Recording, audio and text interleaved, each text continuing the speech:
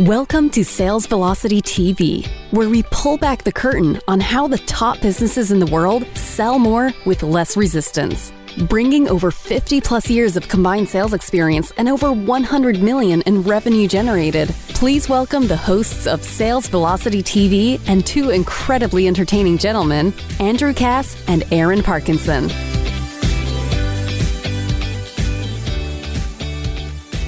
Welcome back to another episode of Sales Velocity TV. I'm Andrew Cass. That's Aaron Parkinson to my left, maybe your right. And we got a good one today on insider secrets, Aaron, as to how the best of the best sell and succeed today amongst all this competition that we actually have today, which makes it really difficult today with the internet and social media and all the different exposure we have to products and services. But there's, I don't know if you want to call them secrets or commonalities amongst the best of the best who sell really well today, from CEOs to business owners to entrepreneurs to sales professionals. And we're going to go deep and talk about exactly what they do, because we are in the top 1% of sales professionals. And it's interesting because I think that business owners who maintain an element of still doing some of the selling in a business, they maintain a certain kind of an edge that a lot of business owners don't have today, because they step away from selling when they become successful in the business, I notice. And, you know, you and I have not done that, at least to my knowledge, in quite a long time. So we're still in the game. Yeah, we play both sides of the coin. Like for our services that we offer, you and I tend to meet with a lot of people directly because we want to make sure that the right people are working with us and, you know, the wrong people aren't, you know, and the only way to do that oftentimes is to speak to them directly. At least it certainly has always worked well for me. Right. But we also have a lot of clients where we start to help them scale their businesses, and the businesses scale too quickly, and all of a sudden they can't handle it, and then they got to move into building sales teams. So, you know, what we're going to be talking about today is, if you're the salesperson in your organization, this is going to dramatically help you. If you're building a sales organization, you or your sales manager needs to put a lot of focus on these 6-7 key elements to ensure you're getting the highest level of productivity out of your people. And some of them, you know, people listening to the show are going to go, we don't do anything, you know, like that. And, you know, we're here to tell you, your sales could be better. Well, it's funny you bring that up, because I think just today everything in life for the most part is counterintuitive, right? It's usually not what you see on the surface. So like if you see someone really succeeding in a certain niche, or even in sales as a whole, which we'll talk about today, it's oftentimes because they're doing certain things that the majority are not doing. So it's like they're always willing to do the uncomfortable where many are not willing to do the uncomfortable. We'll talk a little bit about that too, because it's an important commonality, really. Yeah, and one of my, you know, I think it's one of your favorite quotes as well, is that small hinges swing big doors. Yes. Right? And sometimes we sort of have a framework that's good, but if that framework was great, then your sales go from good to great. Yes. Right? And when we're talking about the back end of your process, the process that's closest to the money, any incremental improvements dramatically increase the bottom line. Right? So, you know, we're going to go through a couple here, and I'm going to let you handle, you know, the first one. I could handle it too, but this is, I mean, you live and die by this methodology. Mm-hmm. So I think, you know, when we look historically at like what we think salespeople, quote unquote, are, you know, we get the vision in our head of, you know, the car salesman, you know, the Glenn Ross sitting around drinking coffee, it's smoking the old cigarettes. Hollywood stigma, right? Yeah, there's that stigma assigned with it. And the reality is, it doesn't matter what industry you're in. The people who are great at it have some commonalities. And before I hand it off to you, I'll say this. Do you remember what golfers looked like before Tiger Woods came to the plate, Andrew? Yeah, I feel like they were a little like old school looking. I feel like he contemporarized, if that's a word. I feel like he kind of made people look a little bit more athletic and a little bit more organized, right? You know what? When you look at the golfers pre-Tiger Woods era, they weren't fit. Kind of preppy. Lots of them were super overweight. You know, they were not athletes. And then Tiger Woods came onto the scene. The guy lifted weights. He had a nutrition program. He was an athlete, and he absolutely diced the competition. You remember, like, he came out and it was like Tiger 15 Tiger years long. straight of that, Aaron, right? They had to basically extend golf courses to fit, his new driving distance, and by the final day, he was just hitting his groove where most guys were getting tired and falling off. Yep, right? I remember. You look at Brady, right? He's setting records every single month. He's still in the NFL. Why? Because he takes his health and nutrition so seriously, and he has from day one. He didn't wait until his body was falling apart to start to take it. And he's revolutionizing the position because of that. One of my favorite sports, which is mixed martial arts, because you know that I used to compete in mixed martial arts. If you look when they started, it was like bar brawlers and kind of rough around the edges, right? Yeah. They a lot of guys that didn't look, too particularly impressive. They had no ears left. Right? Like now, the guys that are coming into the UFC today, these are specimen athletes. Yeah, specimens. And I remember when George St. Pierre came into mixed martial arts, he was the first specimen athlete, and he absolutely dominated the landscape because he was so better physically prepared. So big tip number one is health first. If you want to have an excellent sales team, or you want to be an excellent salesperson, I suggest you don't even look at your numbers yet. You look at yourself, look at your appearance, look at your energy levels, look at your nutrition, look at your workouts, and ask yourself if you're really optimized. I agree totally, and it's counterintuitive. It's not what anybody thought we were going to start with. And you're right, it's a passion of mine because I've never really seen anybody produce in business. It's funny, I look at CEOs. I'm always speaking to and looking at and analyzing CEOs, leaders of companies, entrepreneurs who've carved out big names and big niches. Take somebody like a Tony Robbins as an extreme example. Guy's probably worth close to $1 billion at this point. Yeah, he's over $1 billion now. Is he over $1 billion? Okay. Greatest personal development mind and coach and advisor to some of the top CEOs in the world to this day that have him on, $1 million a year retainers.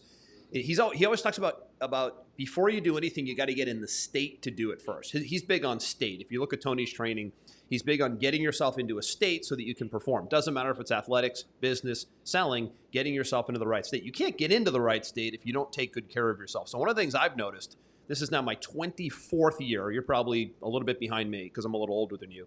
My 24th year in the business of sales and marketing. I've been selling, supporting myself selling for 24 years. That's 2.5 decades at this point, meaning I've either sold directly to support myself or I've sold via, selling a business or selling through a business, right? And the one thing I've noticed about people like myself is they take extremely good care of themselves so they can keep showing up, like you said, every day with the energy to communicate well. Because sales is all about communication. And if you can't show up well to communicate well, if you're not articulate, if you're not enthusiastic, if you don't have energy, we talked about Jordan Belfort before. He was always like, love him or hate him because he comes from a controversial background, but he's known as an international sales trainer. And he always says, like his number one thing always when we went to any of his events, and I worked with him a long time ago, and he's always like, people are looking for people who are sharp as a tack. So if you're a salesperson, if you're a business owner, you're the one selling, the person on the other end, they want someone who's as sharp as a tack. He would always use the sharp as a tack phrase. And that comes from taking good care of yourself. Where we're going to go next is being a master of your product and service and really, really becoming a specialist on it. I think it's kind of obvious if you don't know your product and service in and out and you're not using it in most cases, right? The usage of it is another one. It seems obvious, but it seems obvious, but it's not as... So I see so few people do it, especially when they're hiring salespeople. They'll basically say, like, here's an outline of what we've got. Here's our price points. Here's our features and benefits. Here's a script and go, right? But do they ever take the time to let the person touch, feel, go through the product, ask questions, look at competitors, compare yourself to competitors. What makes you different than them? What's your USP? Who is the ideal fit? Yep. When you know the product inside and out, then you never get caught off guard by questions from left field. Like the moment that somebody starts asking you a question like, well, you know, what happens at this point of the product, or how does this point of the product work, or how does this product compare to these guys' product over here? The moment that you start umming and awing about your product, let me get back to you on that, about the credibility just falls right out of the floor, right? And that was Jordan's big thing, is he's like, be sharp as a tack, know your stuff inside and out so you are impenetrable by questions. Now, here's the interesting part about that is, and this should be the case, I'm going to say 98% of the time, when you are a user of and a lover of your product, selling and communicating that product is a complete no-brainer. You take all the stress and you take all the overwhelm out of selling. What blows me away more, Aaron, is not that people don't know their product. It's that they don't use their product, but yet they go sell their product. I'm going to give you a couple examples. Example number one is the financial services industry, which is where I got my start. That's where I was trained to be an excellent communicator, because back when I was in the business of financial services and I was a retail stockbroker in New York before the internet, we had to be really good on the phone, but we had to go through a lot of training to communicate well on the phone. The phone was the media then, where I think video like we're on right now is the media today, right? So we had to get good at this too. But it's amazing in that industry how many people don't have money in the stock market, but they're selling, you should put money in the stock market. It's like, and this is the same with insurance. They're selling this, you know, sophisticated insurance policy. And shockingly, if I ask them, do you own that policy? Do you have money in that policy? Do you have skin in the game? The answer oftentimes, not all the time, is no, right? So you look at a lot of these little examples, like you look at our company, Pipeline Pro software, probably one of the greatest software platforms on the planet that we used for over a year before we said, wow, this can be marketed to business owners and we could help them fill the void we filled, which was having everything all in one place, right? But using it passionately, imagine trying to sell it, it's obvious. Personal trainers.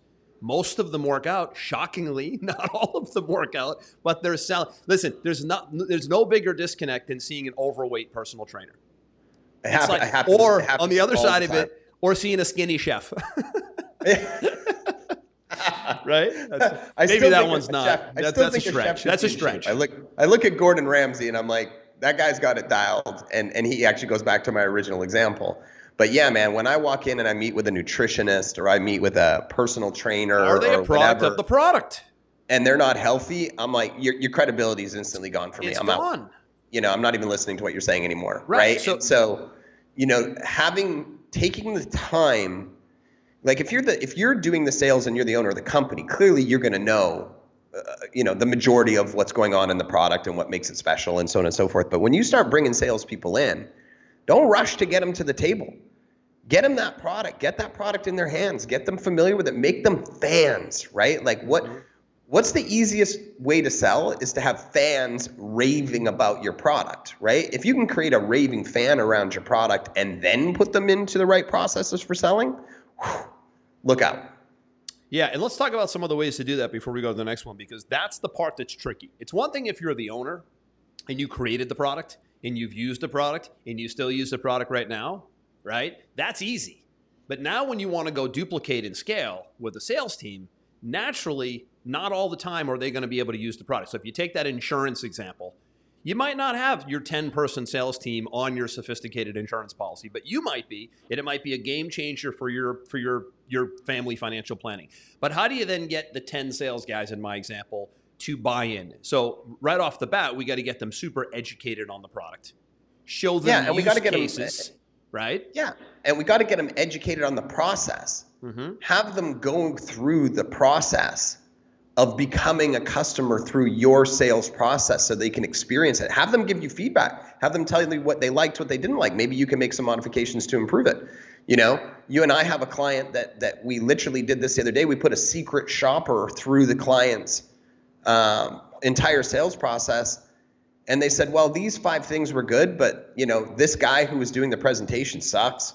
And, you know, this access to information was, you know, below average and blah, blah. We put the secret shopper through, and now they're making improvements to adjust. Put your salespeople through the process, not just the product, the process, so they can understand it inside and out, because that's a big part of it, right? When you're doing high level sales, the the prospect always wants to know what's next, right? So when a prospect asks me what's next, I'm like, let me tell you what's next. You're going to get a proposal. Then you're going to send any questions you have to me. Then you're going to get onboarded into my, project management system. Then my PM's going to give you a demo, and then we're going to do a sales briefing, and then we're going to talk about your project, and then this is going to, and they're just like, wow, like these guys have this thing dialed. I think you make a great point about product in process. Product in process. And I would almost take it a step further, Aaron, and say, not only take them deep on the process, but if you can make them a customer.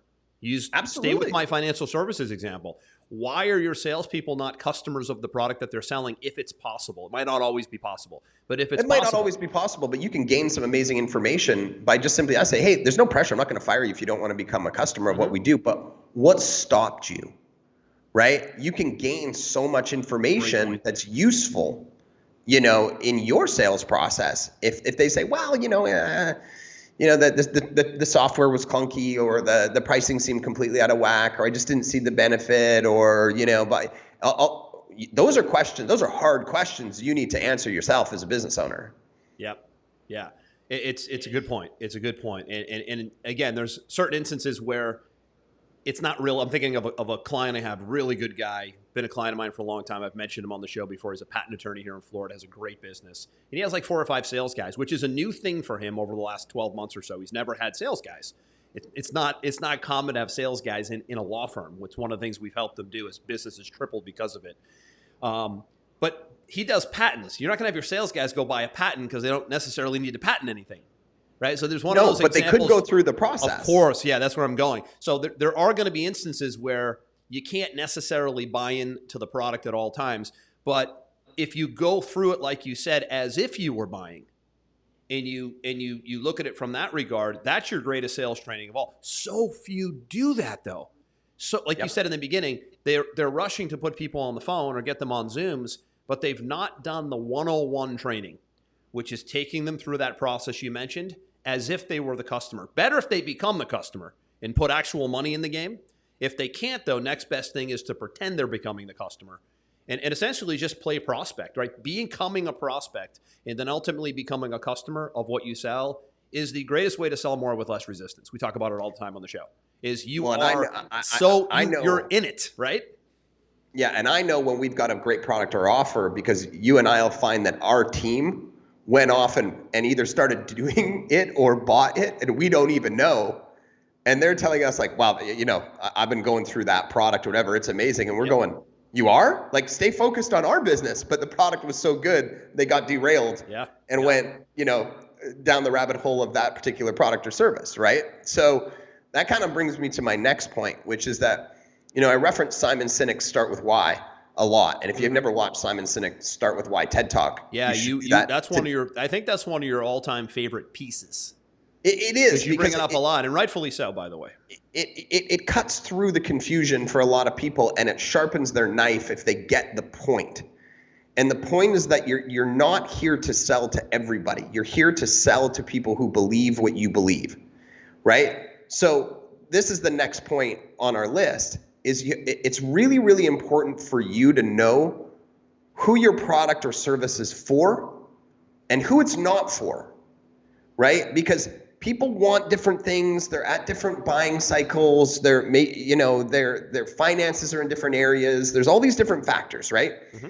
When you clearly know who your product or service is for, and you can speak to the prospect and let them know who this is for and who this isn't for, right? The people who it's not for that you're talking to are going to realize this is for them later on when they become that ideal, prospect for your product or service, right? Yep. But the people who it is for, they're checking boxes. They're going, that's me, that's me, that's me, that's me, that's me, and they're selling themselves. And what this allows you to do is really magnetize the right people to you where there's no resistance and repel potential, clients that won't be a good fit for you right now and are probably going to cause you nothing but headaches and grief and eat up all of your time, and giving them a roadmap to come back to you when they are ideal, which happens all the time. You and I both know it. We send people away all the time and say, you're not ready for this right now. Our ideal client has this, is this, is this, is this, is this. In 6 months, come back to us when you're ready, and then we'll help you take it to the next level, right? Yeah, and it's a great place to be when you're able to turn people away. By the way, it's a different point we'll make in a minute, but when you're okay turning people away, you've sort of arrived. Most salespeople they get scared of they're operating from a standpoint of lack and fear of losing the deal. I don't want to niche down because I could lose people. I don't want to tell him it's not a fit for him because I might lose the sale. So you're operating from a position of loss, not a position of gain. That's the biggest mind space thing I see with salespeople more than anything today. Professionals as a whole is they're not operating from a place of abundance. They're operating from a place of scarcity and not losing and playing not to lose and not playing to win. And it's a whole dynamic that it's a paradigm shift that takes some time to get out of and move past. And it's just repetition and time in the game. And that clarity and authenticity in your presentation is so attractive to the right people. It's so attractive, right? And, I can't remember who told me the quote one day. He said, when you're making decisions on buying something or you're making decisions on bringing on a client, it either has to be a hell yes or a hell no, nothing in between.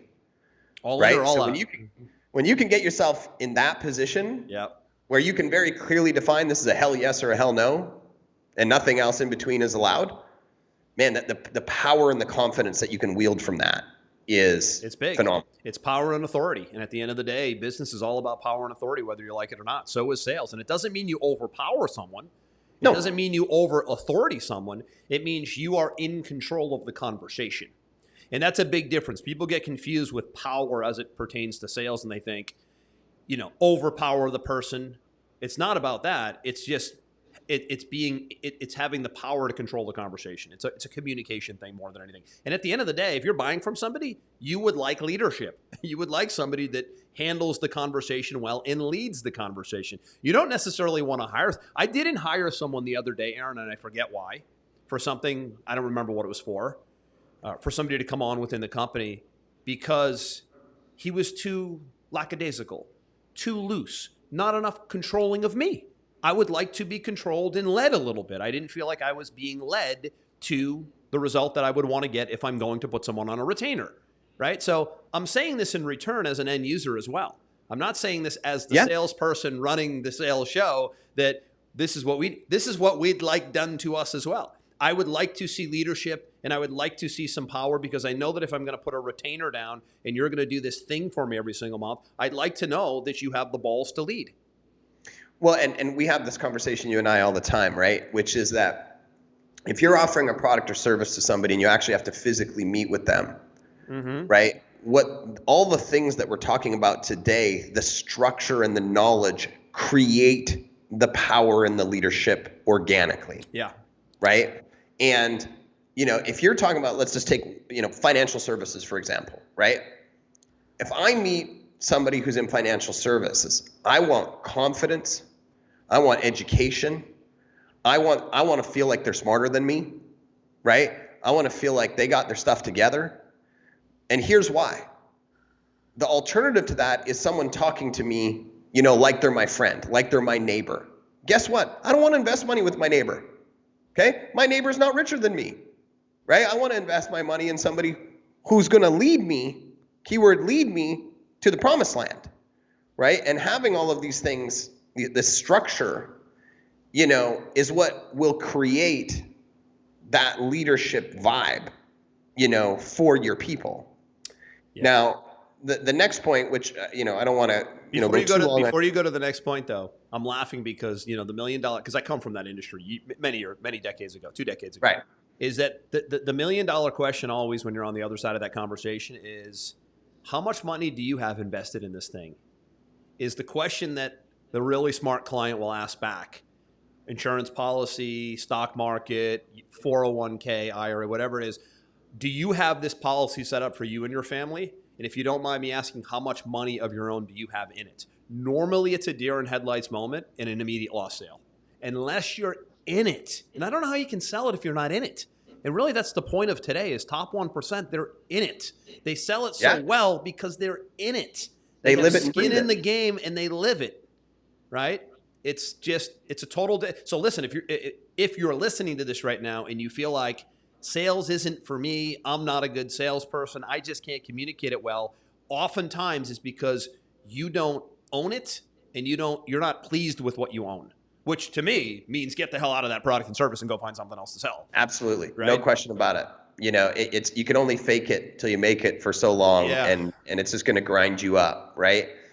The next point that we have here is constant education, right? I mean, I think that the statistic is the average CEO reads 50 books a year or something like that. I don't know what the average top 1% salesperson reads a year. Well, I can tell you that they're definitely studying their craft. Readers are leaders, leaders are readers, as corny as it sounds. And there's no question about it that they're always looking for another nugget in another way, not to be a better salesperson, but to be better communicators of what they sell.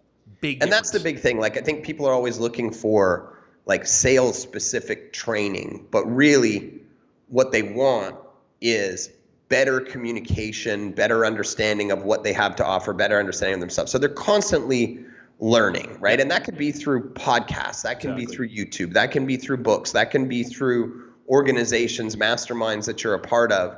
But if you're not growing, you're declining, right? There is no such thing as maintenance. I think maintenance is, the only time you can actually maintain is maybe in the gym, but otherwise the world is moving forward. You're not going to stop that progression. Mm-hmm. I mean, even the other day, Andrew, I said to somebody, they said, what do you think about, your kids watching YouTube all the time? You think it's a bad thing? I said, well, there's some things that are bad things, but there's also things that are really interesting that are coming out of it. Fact being, my 14-year-old son, who you know very well, when he was 12 years old and he would throw some random fact out, I stopped questioning if it was true. When he was 12 years old, I realized he knows more than I do. He might not be as wise as I am, but he knows more than I do because he's consuming information at a rate that I didn't have the opportunity to. The amount of pure knowledge that he has access to. This is the way the world is going. People are getting smarter, more access, more resources, more whatever. If you're not keeping up, your days are numbered. Yeah. As they say, school is never out for the pro. And you're right. It loops back to the second one, I think it was, where when you're sharp as a tack and you know your product and you live your product and you own your product and you are emotional about it and you feel good about it, then absolutely you're going to want to keep educating yourself about it and how to do it better, say it better, communicate it better for sure. And it leads me to the next one, which is case studies and testimonials and using other people. The top 1% don't really sell their own product at a certain point. It gets sold for them. They are masters, and we talked about this in trust-based marketing, I think it was, or trust-based 2 or 3 episodes ago. Check it out. We talked about how to use third-party validation, third-party social proof to essentially validate what it is that you're saying, because you'll be believed some of the time, but other people saying it about you or your product will be believed most of the time. And that's a huge turning point in your sales process. And a lot of people are presenting on Zoom today. Like we're talking right now, I could be presenting to you. This could be like a presentation of some sort of product or service. And, the quicker I can get to the point where here's what we did for this person, this person, this person, and this person, and show and tell it, the less resistance and the easier it is to sell. Very few people do it, right? Yeah, we're working with the group, as you know, right now, and we're working with the coaching group right now.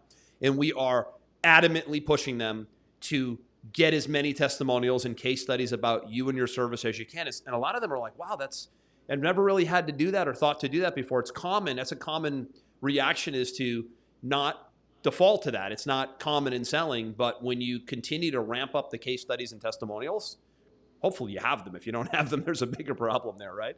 But if you should be able to get them at will. And when you do, yeah, and takes a lot of edge we off. talk about this a lot, about having them in forward-facing materials to break down the resistance before people get to you. But when I'm doing a sales, call, presentation, whatever you want to call it, I'm listening, a lot of the time in the first 10 minutes to analyze where this person's at. And then I'm searching the database of my brain going, who am I currently working with now, or who have I worked in the past that most closely aligns with this person, not just where they want to go, but potentially where they started. And then I'll reference that. I'll say we had a client just like you in XYZ industry, and then we did this and this and this and this, which consequently you're missing over here, and then we put this and this and this and this in place, and then 10 months later they were here, and the person now sees their future, they see the progression through that other experience and goes, oh, they can get me to where I want to go. Now I could say what you should do is this, this. But it doesn't have the power of saying, we had a client just like you, or we have a client just like you that's in, blah, blah, blah, blah, blah. And here's what we did. We do the same thing with, and they're just like, oh, the road's already been paved. Right? If someone else can do it, I can do it, right? Right? If somebody else can do it, I can do it. When you see it. When you see it. And when they see it by someone else, not you saying you did it, but showing how you did it, right? It's before and after, it's case study. And if you can support that with, oh, by the way, if you want to learn more about that person, just jump on my website. There's a testimonial from them there. Case study, right? If we talked about this a couple episodes ago, but you should be doing interviews, or at least have someone on your team interviewing your top success stories. Could be a video, could be a little 10-minute interview like we're doing right now, and you get those things on the web. They live in social media. They live on your website. That stuff is gold for getting people over the hump who are thinking about it, and they need a push or a little get me over the hump. That's the stuff that does it. It's case studies, testimonials, and third-party validation. Could be text, could be video, could be case study. Doesn't make a difference. But that stuff is hugely underused in sales processes today. And I would tell you, out of all these, Aaron, it's the one thing that can move the needle the most, is getting as many third-party testimonials, case studies, third-party validation, social proof as you can into your sales process to take the edge off of you, frankly. It does, and that, I think we've covered that topic, sufficiently. Can't say it enough, point. I guess, right? The next thing is where we start to get into the numbers. Yes. And I want to preface this with a story. So, a few years ago, I was working with a client, and they're actually a really well-known software company based out of Utah, and they had a professional sales team. And I was looking at their numbers, I was looking at their conversions, and I was thinking, this is abysmal. Like this, because we know what they should be. You and I have been in this industry for 15 years. We know what the conversion should be at every step of any process. And they were just horribly awful. And I was asking them all these questions, and they weren't giving me straight answers. I said, you know what, I'm going to fly there. I'm going to fly to Utah. So I flew to Utah, and I walked in their building, and it was an absolute disaster of a setup. They were missing every possible thing you could think to put their people in a position of success. And the thing that jumped out at me the most was the next point, which is they had no targets.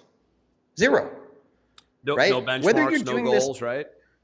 No. I mean, whether you're doing this on your own or whether you're hiring a team, you have to have very clear weekly, monthly, maybe even daily. Actually, I would even take that a step backwards. I would say at minimum daily and weekly goals, right? And they have to be clearly outlined, of what your goal is for the day, what your goal is for the week.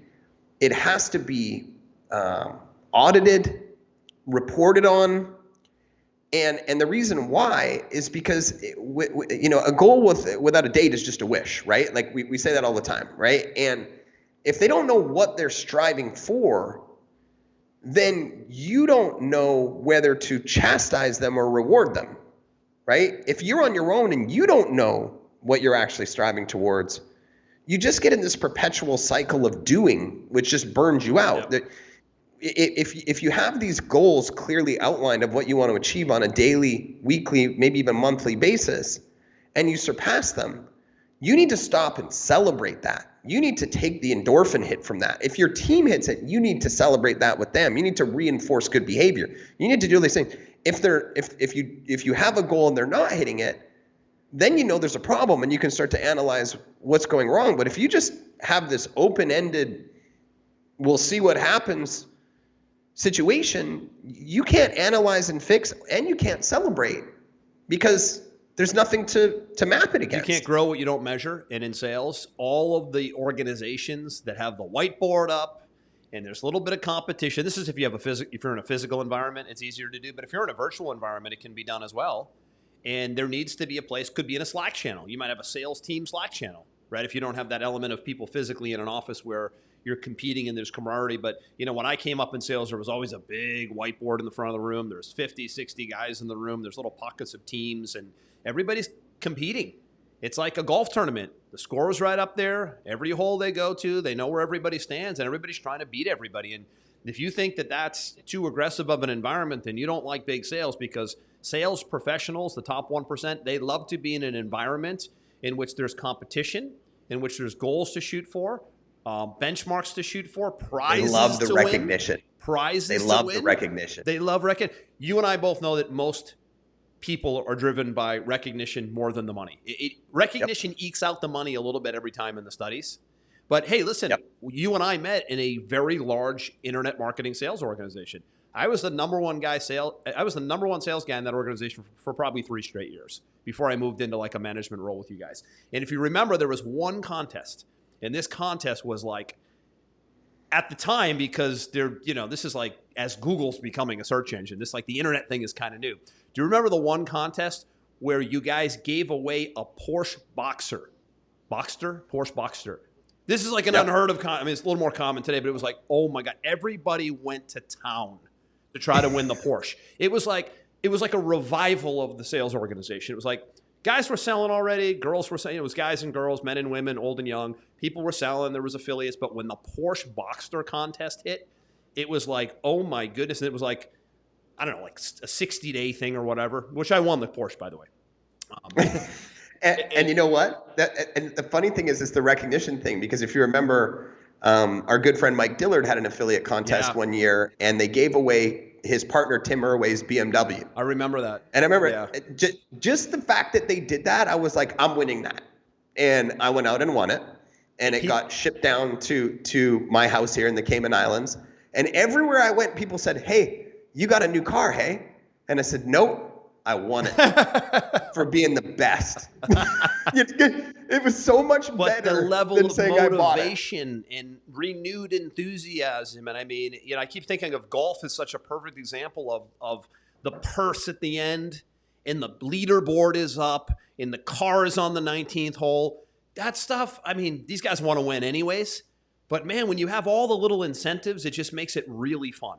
And think about that for your sales organization, is incentivizing yourself is a different conversation, right? Like, you and I were talking about this earlier today. How do you incentivize your own progress? And it's something that it's a little harder to do when it's you. You have to really work to do that. Tony Robbins always talks about when you have a win, schedule pleasure, right? Schedule a victory, right? So really, it's an important thing to do. I struggle with it. I need to do it more. You kind of pushed me in a conversation earlier to do that, right? And it's one of those things that's easy to do with other people, to have the contest and reward them. But think about doing, even if you have one salesperson, right? Give that person something to shoot for. We're all wired by progress and recognition and awards. And if you don't have any of that awarding system going on within your organization, you're probably, your sales are off where they could be. If you do something quarterly, monthly, you'll get a bump. It gets boring. It gets mundane. Like the energy falls, and when you're the person, if you're the sole proprietor, right, this is really important. You got to set these goals for yourself. We have a mutual friend that we work with that we launched his company a year ago. And I set a goal. I said, if we hit this number, you're buying yourself a Tesla. And he was like, I'm awesome, right? He was so jacked up about it. He wanted a Tesla his whole life. We hit the number. He's like, I'd rather put the money in these other places. And I said, you will not. You will go out today, you will buy the Tesla, because you have to reinforce in your own subconscious that this isn't just about business and money. This is about rewards and fun and all these things. And then he went out and he got the Tesla, and then he was like, oh, it was the greatest thing I ever did. I feel so amazing every time I get in it, and I attach it to my success. And that you have to set those rewards for yourself, because they're so fleeting. Like Tony Robbins talks about all the time, you set this big goal, and how long are you actually like stoked for? I mean, Andrew, how long are you stoked for when you hit a big goal that you've had for 3 months? How long did it last? Yeah. I mean, one of my challenges is I feel like I get excited about it, but it doesn't last as long as it should, or maybe I don't know if there's a right answer, but I feel like it's like you're on to the next thing. And this is, by the way, this is a commonality of high achievers, and I'm not trying to brag or anything, but if you listen to guys winning the Super Bowl, if you listen to guys winning PGA tournaments, they're going to celebrate that win. They're really happy. It's a huge accomplishment. But in the back of their mind, they're already thinking what's next. And you can go there too quick and not enjoy the moment. It's a balancing act. My point, right? Tony Robbins says it usually lasts a day. Yeah, a day. Right? Yeah. So sometimes you have to manufacture more than that. You got to say, okay, I'm not going to allow it to be a day. I'm going to take 3 days off or a week off, or I'm going to do something bigger for myself, or maybe I'm going to do something for somebody else. Maybe you don't need anything or anything. Maybe the reward is you're going to, send some money to a charity and get an endorphin hit that way, or whatever it is. But you got to stop, and you got to have the goals. You got to celebrate the goals. And if the goals haven't been hit, then you got to analyze why the goals haven't been hit. And then when they do get hit, you got to celebrate it. And then you can start over and you can reset and you can move forward. That's how we're wired as humans. That's how we're wired. And it's what's going to keep the enthusiasm at play long term. When you look at like the two biggest icons that exist to me in the world today, by the way, this isn't just in America, this is in the world today, is and before I tell you who these two people are, it's because they've been doing it for decades. Very few people do anything well for decades. There's actually three. There's Tom Brady, of course. There's Tom Cruise, who's still at 53, is just one hit after he's sidelined a little bit now with the pandemic and production, but man, he continues to bring A-player action movies to the table. And the third one is Tony Robbins, who in his 60s is still doing 5-day, 12-hour-a-day live events as effective as ever. And these guys, how do they do it for 3 and 4 decades straight without ever losing a step? In fact, gaining a step is right. That's what you want to look at. How do they maintain the enthusiasm of their craft, and how do they maintain the? Let's go through the list. All three of those people, health first. Yeah, for sure. And by the way, they're absolutely militant about it. Absolutely militant. Number 2, they all are masters at getting in the right state. Right. Masters, right? They know their product inside and out. They are masters and they love their product inside and out. They love it inside and out. They live in it. It's in their DNA. Right. They know exactly what they're doing, who it's for, who loves it, who doesn't love it. They play right to those audiences, right? They are master goal setters. Goal setters, all three of those guys. And they're really tough on themselves, by the way. Really tough on themselves, but you also, if you look at their lifestyles, they reward themselves for when they reach their goals very, very well, right? And the last one, and it'll be the one that we end with today, is I guarantee every single one of them does this. They manage their mental state. They manage their expectations. One of my favorite quotes of all time when it comes to sales specifically, but this could go to sports, this could go to anything, right? Is expect the best, but have zero emotional attachment to the outcome, right? I can't tell you, Andrew, when I first started in this industry, how emotionally attached I was to the yes or the no. First 6-7 months, of selling my first product to people, every time somebody said no, where I was like, I think this guy's going to buy. I think this guy's going to buy. And he was like, no. Hold it on too tight, right? Hold it on too tight. Yeah. And I had to go through the education process of learning how to rewire my mind to put myself in that sense of leadership, to put myself in that position of being the authority, of letting go of the outcome. There's nothing more repelling and repulsive than somebody being needy, right? Yep. And if you expect the best, like I expect that if the right client that my product and service can help the most gets in front of me, every single one of them is getting started. That's my expectation. Because why wouldn't they? Right? Occasionally, they don't. And do you know how long I linger on that? Couple minutes About is 3 a seconds. couple minutes. In fact, I walk away going, probably save me some emotional strife, or you're an idiot.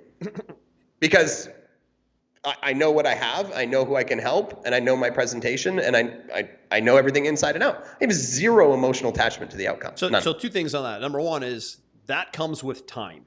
So if you're listening right now and you're like, well, I can't get out of that holding on too tight state. That is just time in the game selling. And you may be in the game selling a long time, but if you still find yourself into that emotional state that where you get too attached to the outcome, the second part of that is you don't have enough deal flow. So it's two things going on right there, right? You don't have enough deal flow. You get like 2 leads a week, and it's like life or death to make that sale. You could be the greatest salesperson in the world, but you're going to kind of get a little emotionally attached when you don't have enough deal flow behind it. You don't have enough prospects behind it, so it becomes a double-edged sword. So you fix that with great marketing. You always fix it. You always make a sales process great with great marketing. Great marketing, I wrote about this in my book. Great marketing always precedes great sales processes, because a great sales process, if it puts 1 or 2 people in here and there, it doesn't really get momentum. It doesn't really get to, you don't get to see the potential benefit or the potential power of the sales process if you don't have enough leads coming in. So 2 things going on right there. Time in the game, eventually you become less emotion, but also having good deal flow for sure will keep you from hanging on so tight to each lead you get. Yeah, and if you struggle with consistent deal flow, you should probably reach out to us, because that's one of those things that we can fix immediately. I mean, it's 2 things. It's making sure you don't have a leaky bucket first, right? We talk about this in coaching programs all the time. Is the first thing that needs to be looked at is the foundation. What does the sales process look like right now? Because before I go put 100 leads a week into it, it better not have 4 holes in the bucket and the water's coming out the back door, right? That's common. Yep. We talk about that a lot on this show. And behind that comes leads and traffic into the process. So agreed. There were like 6 or 7 right there that for some people they have 2 or 3 of them. For others they have all 6 or 7. They're knocking the cover off the ball. But I rarely see a salesperson or a sales process today that methodically has all of them in place. When I do, it is usually somebody whose numbers are huge. Yeah, I was going to say I saw one in California about a year and a half ago, and they had 150 salespeople, and they were just churning money out like I have rarely seen in my life. My guess is they had a system, they were organized, there was a process that nobody deviated from, right? No, and they had all of the reward stuff and the meat, they had everything so dialed. You know who they learned from? You know who they were coached by? Grant Cardone. Is that right? Yeah. Yeah, they had duplicated his process. Yeah, and listen, salespeople don't wing it either. The last thing I'll say on this point is salespeople don't really wing it.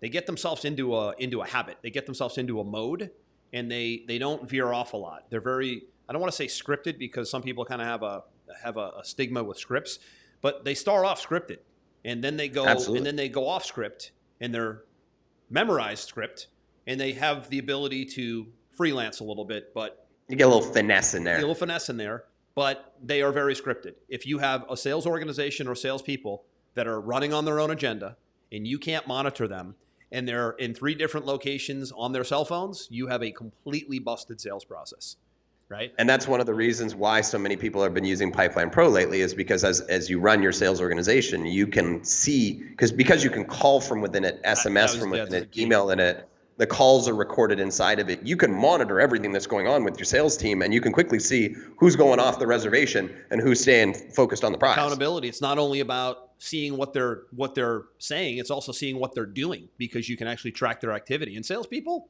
listen, at the end of the day, especially if they're from home, a lot of people work from home today. A lot of people are freelance salespeople. You need to know exactly how many calls they're making. You need to know exactly what they're saying, because they're representing your brand and your company. And if you don't know what they're saying and you're not listening to them, it's a total disconnect, and God only knows what they're saying in most cases. Not all of them, but some of them veer off. It's just human nature. But if you tackle these little principles here that we talked about today for yourself and ultimately for your sales team, man, it would be tough not to see your numbers just stacking away in a stair-step incline over months and years. Impossible to fail with a system, right? Shouldn't say impossible, Absolutely. But you stack the deck in your favor dramatically. Overtime, impossible. I'm going to leave it there, Aaron. Good one today on what makes the top 1% the top 1%. So hopefully this was helpful. Success leaves clues. There's a lot of commonalities here in what the best do, and Aaron, as always, pleasure. We will see you all next time, same place. Hey, if you like the show and you're listening on radio, head over to Apple, head over to Google, head over to Amazon where the show is, and leave us a review. Let us know what you think. What's impacted you? I had a guy yesterday, Aaron, that I was talking to, and he said, I listen to you guys' show religiously every single week, and I, just with that pricing strategies episode you did last week, I changed 2 things in my process, and we already got a bump in revenue because we weren't priced high enough, and we didn't have another option that we talked about on that last episode. So I love hearing stuff like that. We'd love to hear from you, and we'll see you next time. Same place. If you watch us live, 11 a.m. Eastern every single Friday at the Sales Velocity TV public Facebook page or on the podcast. Listen to us on the go. We promise you'll get some nuggets that will absolutely help you sell more with less resistance. We'll see you next time.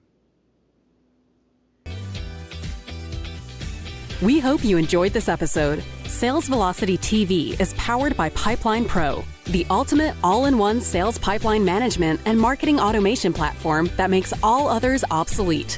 And we can prove it. Take a tour at gopipelinepro.com. See you on the next episode.